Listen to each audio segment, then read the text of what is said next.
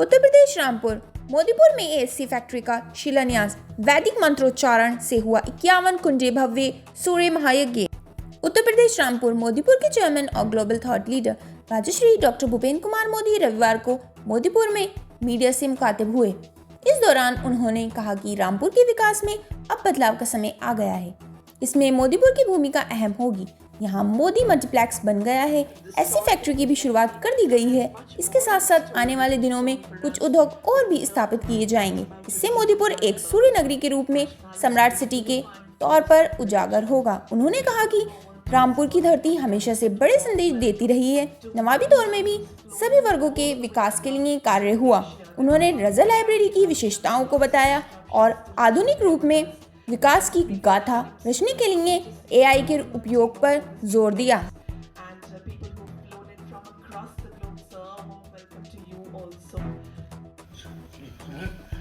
तो कल मुझे कोई आया, उसने कहा साहब रिलायंस का क्या होगा, एयरटेल का क्या होगा। मैंने कहा जो करेंगे वो भुगतेंगे जैसा जो करेगा वो भुगतेगा, बस तो होना क्या है। बहुत इन्होंने लोगों को धोआ है। वहाँ पे गए लोग तो बोले साहब शादी करती, जयपुर का उसका जियो का रेट बढ़ा गया, शादी कर। राजेश जी को प्रणाम, आप सभी को प्रणाम। आपके अंदर जो दिव्यता है, आपके अंदर जो ईश्वर है, उनको प्रणाम। कहा कि मैं कुछ अपने विषय में बताऊंगा कि मैंने क्या किया है। मैं ये कहना चाहूँगा कि ईश्वर की कृपा रही तो कुछ समय के बाद I will be known as the person जिन्होंने राजर्षि मोदी जी का आदि शंकराचार्य कार्यक्रम लिखा।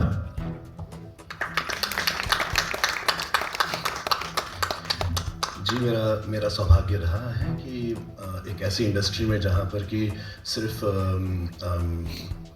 सास बहू और रसोड़े में कौन है इस तरह की चीज़ें होती हैं, वहाँ पर पिछले 12 से 14 वर्षों से देवों के देव महादेव से लेकर कर्म फलदाता शनि या महाकाली या राधा कृष्ण इस तरह के कार्यक्रम लिखने का सौभाग्य प्राप्त हुआ है।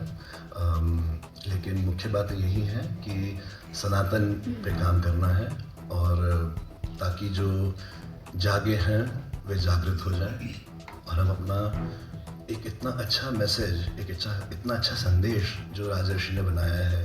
हम कल रात को बात कर रहे थे कि वेदों का संचार अपने आप में आचार्य शंकर ने पूरे जीवन में जब भी बात की, वेदों की बात की, जब वे शास्त्रार्थ करते थे तो शास्त्रार्थ के अंत में आमतौर पर वह इट बिकम्स एन। तो उसके लिए हमने टाटास को हायर किया।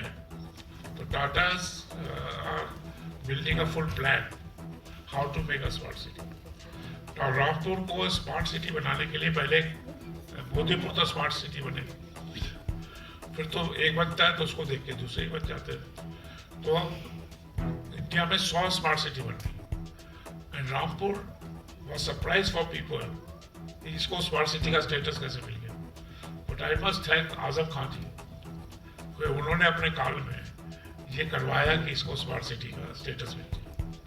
And because of that I think we are able to get all this roads what you see, highways बने हैं, वो 100 स्मार्ट सिटीज के हिसाब से बने हैं। सिटी नहीं बनी बट हाईवे बन गए। तो these highways has already been created and we got the benefit of it. So in this place we have this Delhi Lucknow highway, we have a Naini highway, we have it's a Sangam, it's a 0 point for 4 sections and for the highways. So this is destiny. Rampur की destiny ऊपर से लिखी जाती है। रामपुर वाले ना मैं लिख सकता हूँ ना कोई लिख सकता है, इसकी डेस्टिनी कुछ अलग ही है। When I came here, I was not supposed to be here. Indira Gandhi at that time told me, you go to Rampur and build Xerox factory. I said, why Rampur? He said, नवाब साहब बैठे हैं, विकी भी यहाँ, जब से मुझे कह रहे हैं कुछ कराइए कुछ कराइए, तब आप आ गए तो मैंने कहा ठीक है मोदी जी कराएंगे, मैं क्या कर लूँगा। तो that's how the Xerox factory came here. अब ये जो रामपुर का जो भी हो सकता है समय करेगा, okay. But I told you this more than the factory, this thought which is coming from here for oneness is going to the need of the India. Rampur से जो थॉट निकलेगा सबको एक कर देगा. आजकल मैं सुनता हूँ कि बटेंगे तो कटेंगे. अरे बटे तो दुनिया है, हमको ही बटे हैं. आज तो कितने मुल्क हैं, सारे बट गए. अभी तो 300 मुल्क बन गए. भारत तो एक ही है. तो भारत उस मुल्क में है जो बटा नहीं, इसलिए भारत की जनता सबसे दुनिया में जाती है.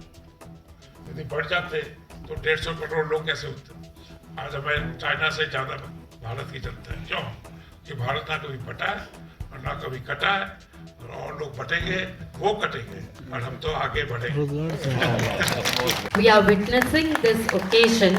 It's a great honor for all of us.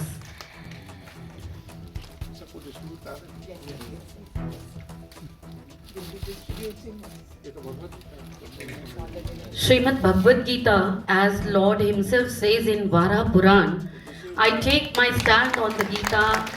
The Gita is my supreme abode. I maintain the three worlds on the strength. Said, I revealed this immortal yoga to Vivashwan, that is sun god.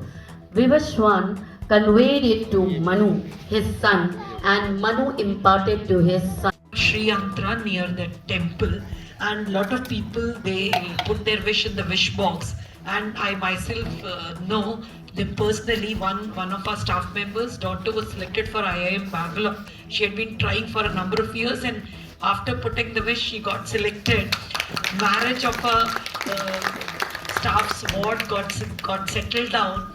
One lady who was not having a child for last 6 years has been now blessed, and these are the things which make us feel that Sri Yantra fulfills our wishes, and we are hoping more wishes to be fulfilled in future.